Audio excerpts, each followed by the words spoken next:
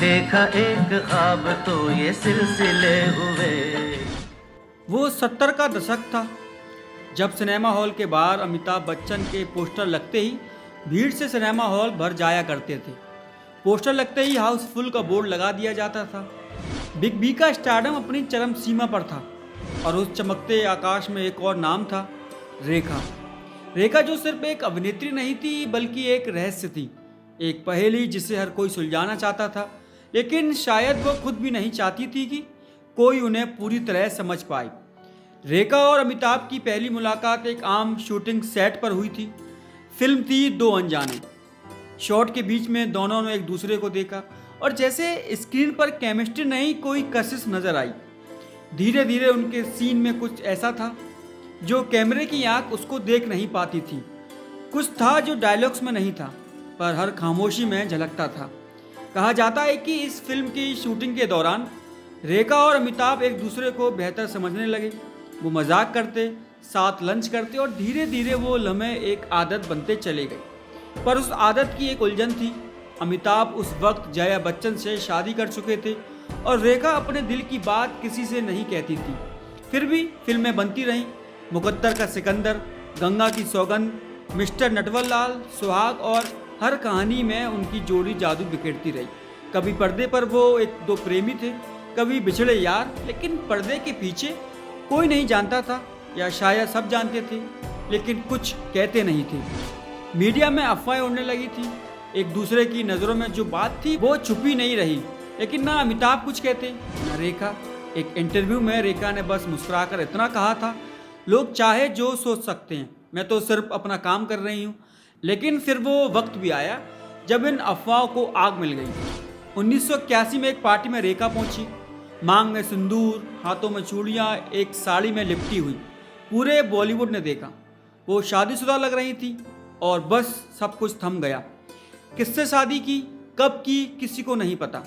कुछ लोग कहते हैं वो अमिताभ के लिए था, कुछ कहते हैं ये बस एक भावनात्मक जवाब था उस इनकार का जो शायद उन्होंने कभी सुना था। अमिताभ चुप थे, रेखा चुप थी, जया हमेशा की तरह एक शालीन मुस्कान के पीछे खुद को समेटे हुए। तीनों के बीच एक ऐसा इमोशनल ट्रायंगल था जिसे ना कोई मानता था ना कोई पूरी तरह नकारता था। और तभी आया वो मोड़ जिसने रील और रियल की दुनिया को उलझा दिया। 1981 का साल था। अमिताभ बच्चन अपने करियर की ऊंचाइयों पर थे।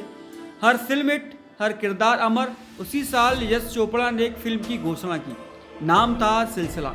एक प्रेम कहानी, एक शादीशुदा मर्द, उसकी पत्नी और उसका पहला प्यार।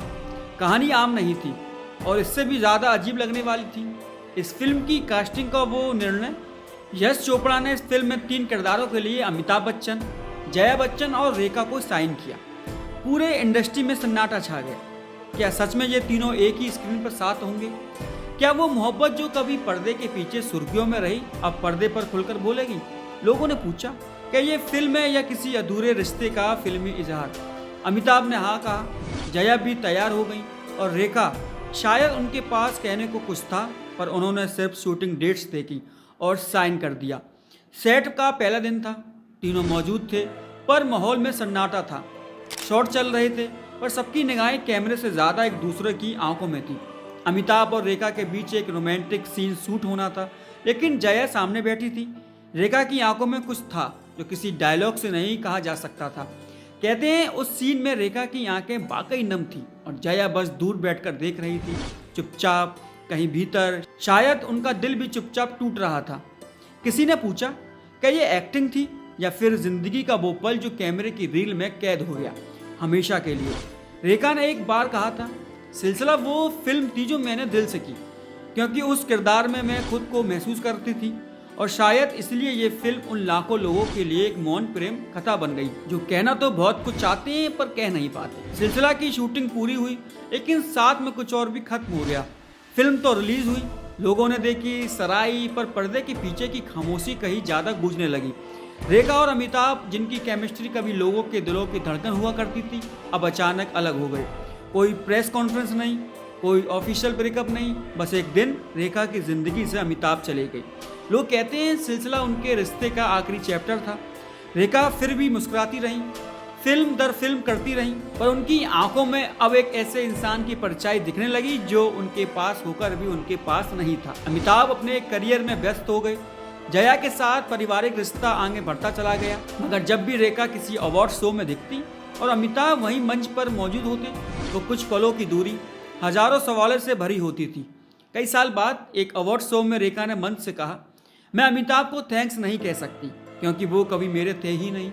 ये एक वाक्य था जिसमें प्यार भी था, दर्द भी और शायद कबूलनामा भी।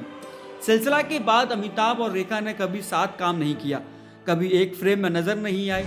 मीडिया ने हजारों बार पूछा क्या हुआ था, क्यों हुआ था, लेकिन किसी ने कभी कुछ नहीं कहा, क्योंकि शायद कुछ मोहब्बतें सिर्फ दिल में ही रह जाती हैं, आवाज नहीं बन पाती। सिलसिला की शूटिंग शुरू हुई।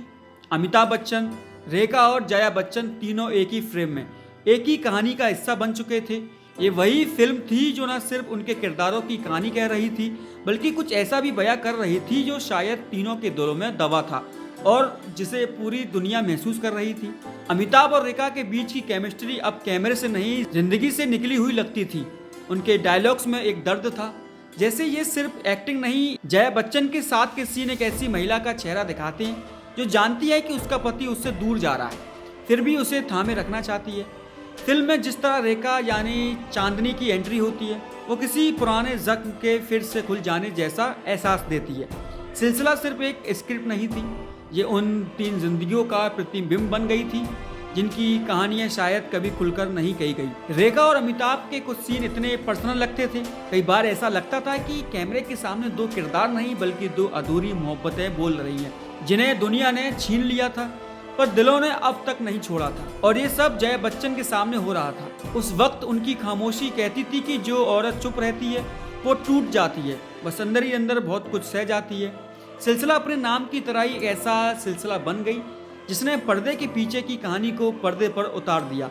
लेकिन क्या ये फिल्म उस कहानी का अंत थी या एक नए सन्नाटे की शुरुआत? फिल्म के आखिरी सीन में अमिताभ और शोभा अपने रास्ते चुन चुके होते हैं। चांदनी पीछे छूट जाती है जैसे कोई नज्म अधूरी रह गई हो। लेकिन क्या वाकई अधूरी, या शायद कुछ कहानियां मुकम्मल होने के लिए नहीं होती बल्कि अधूरी रहकर ही अमर बन जाती हैं?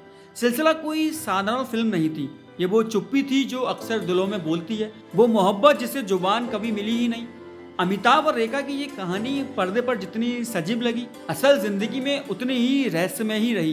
क्या सिलसिला ने उस मोहब्बत को दिखाया जो असल में कभी पूरी नहीं हो पाई, या फिर ये सिर्फ एक फिल्म थी जिसने दर्शकों को ये सोचने पर मजबूर कर दिया कि पर्दे के पीछे की सच्चाई कभी कभी रील से भी ज्यादा रियल होती है? रील हो या रियल, कुछ कहानियां रह जाती हैं अधूरी पर दिलों में हमेशा के लिए जिंदा। कैसा लगा फिल्मी किस्सा हमें कमेंट करके जरूर बताइएगा और देखते रहिए अपना चैनल सिनेमा 70mm। मिलते हैं अगले नई वीडियो में।